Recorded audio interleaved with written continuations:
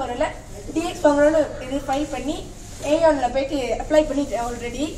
So இன்னும் 2 daysக்குள்ளே process பண்ணி கொடுத்துருவேன். ஆக்சுவலி வந்து என்ன எடுத்துக்கிட்டிங்கன்னா வந்து ஐம் ரிப்போர்ட்டர்.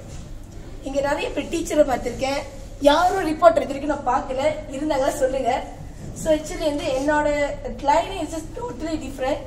எனக்கு வந்து ரிப்போர்ட்டர் மட்டும் தான் பிடிக்கும், வேறு எந்த வேலையும் பிடிக்காது.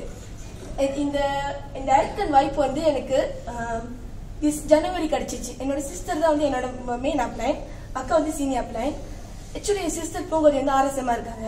அவங்க செய்கிறப்ப அவங்கள வெடைச்சு தள்ளுவேன். ரியலி அப்படிதான் வெடைப்பேன் நான்.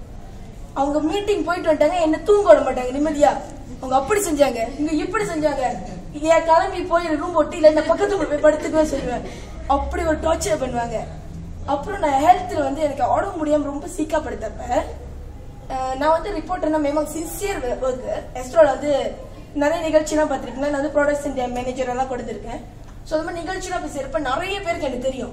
எனக்கு தெரியாதவங்க விஐபியே இருக்க மாட்டாங்க. அந்த அளவுக்கு வந்து என்னோட லைன்ல பூம் பண்ணி போகணும்னு சொல்லிட்டு என்னோட கேரியர் லைன்ல பூம் பண்ணி போனேன். பட் என்னோட ஹெல்த் அதெல்லாம் எடுத்துக்கிட்டீங்கன்னா வந்து எல்லாமே பின்தங்கிடுச்சு. ஸோ ஆனால் என்னோட சம்பளம் எவ்வளோன்னு தெரியுமா? ரிப்போர்ட்டர் எல்லாத்துக்கும் தெரியும். என் சம்பளம் எவ்வளோ இருக்கு யாராச்சும் சொல்லுங்க பார்ப்போம். anyone gets 1500 only. மார்னிங் 7 மணிக்கு மேலே வேலைக்கு போவேன், வீட்டுக்கு போவேன். எத்தனை மணிக்கு வீட்டுக்கு எனக்கே தெரியாது. 2 மணியா இருக்கலாம், 3 மணியா இருக்கலாம். சம்டைம் விடிய நான் வந்து நிறைய மாநிலத்துக்கு போயிருப்பேன். அதோ அந்த அண்டி கூட இருக்காங்க, சந்திப்பாவும் சித்திப்பாவோட பேசின ஒரு ஸ்பீக்கர். நான் ஸ்பீக்கருக்குலாம் ட்ரைனிங் கொடுப்பேன். மாநிலமா வெளியே போய் ட்ரைனிங்லாம் கொடுத்துக்கிட்டு இருப்பேன். பட் எனக்கு சம்பளம் 1500 only. 5 காசு சேராது. அப்போக்கு எனக்கு அந்த கேரியர் தான் வேணும்னு இருந்தேன். எனக்கு ஆக்சுவலி வந்து என்னோட மைண்ட் செட் மாறவே மாறாது அப்படி இருந்தேன். இடையில ரொம்ப படிக்க 3 MC, ரொம்ப இல்லை, ஒன்லி 3 MC. என் சம்பளம் 1200 தான் எடுத்தேன். ஸ்ட்ரெயிட் அப் யூனோ எவ்ரிடே வந்து மோர் தென் 12 hours மேலே வேலை செய்யணும். 20 hours கிட்ட தான் வேலை செய்யணும். பட் என்னோட இன்கம் பார்த்தீங்கன்னா 1200 தான். என்ன நான் 3 நாள் MC எடுத்ததுக்கு என்ன 300 விட்டுட்டாங்களான்னு சொல்லிட்டு ரியலி ஃபேட் அப் இருந்தேன். அப்பதான் வந்து எனக்கு வந்து டேர்னிங் பாயிண்டா வந்தது CCM சரசக்காவோட கிரவுண்ட். Really turning point. நான் வந்து இடங்கள்லாம் பின்னாடி நடிக்கிறேன். எங்க அக்கா டவுன் 2 பேர் வந்து மேனேஜருக்கு வாட்ஸ் இருக்காங்க. சும்மா வந்து எங்க அக்கா போக முடியல, அவங்க வேற இடத்துல குரூசஸ் போயிட்டாங்க டீச்சர். ஸோ அவங்க பார்க்கணும்னு அனுப்பி வச்சாங்க. சரி அக்கா தொல்லை தாங்க முடியலையேன்னு சொல்லி போனேன். ஏன்னா அவங்க போய் ப்ரைஸ் கொடுக்கணுமா, அப்பெல்லாம் என்ன சார்பா ப்ரைஸ்லாம் வாங்கிட்டு போய் கொடுத்துட்டு நின்றுக்கிட்டு இருந்தேன். கவிதாக்கு பிடிச்சி இழுத்துட்டு போயிட்டு தான் உட முடியலையே, மின்னுக்கு உட்காரணும் உட்காரிச்சிட்டாங்க. ஆனால் அக்கா ரொம்ப தேங்க்ஸ் அக்கா, ரியலி அக்கா அங்கே உட்கார வச்சுனாலதான் என் மைண்ட் செட் மாறிச்சு.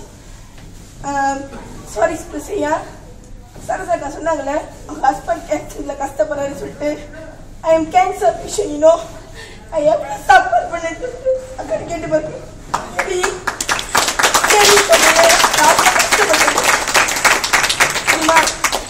ஒரு கேர்ள்ஸ் வந்து 5 days 4 days மென்சஸ் வந்து துடிப்பீங்க. மோர் தென் ஆஃப்டர் 50 days பீரியட்ல கஷ்டப்பட்டிருக்கேன். அக்காக்கு வாட்ஸ்அப்ல பண்ணி பாருங்க, அவ்வளோ பீரியட் போவோம், நிக்க முடியாது, ரத்தம் ஊத்தும். அந்த அளவுக்கு ஹெல்த் ப்ராப்ளம் சஃபர் பண்ணேன். எனக்கு ஒரு நாளைக்கு இவ்வளோ மருந்து சாப்பிடுவேனா செல்வாக்கா கூட பார்த்துக்கோங்க, அவ்வளோ ஹெல்த் மருந்து சாப்பிட்டேன். எனக்கு மென்சஸ் நிற்கவே இல்லை. 10,000 வரைக்கும் மேலே செலவு பண்ணி கேட்டல் ட்ரீட்மெண்ட் எடுத்து வந்தேன். ஸ்டில் அதே தான் இருந்துச்சு. ஆனால் ஒன்னே ஒரு நாளை செஞ்சேன். டாக்டர் எனர்ஜி வந்து ஒரு போத்தலும் ஒரு நாளைக்கு 100 டேப்லெட் சாப்பிடலாம். வித்தின் 4 days என் மென்சஸ் நின்றுச்சு.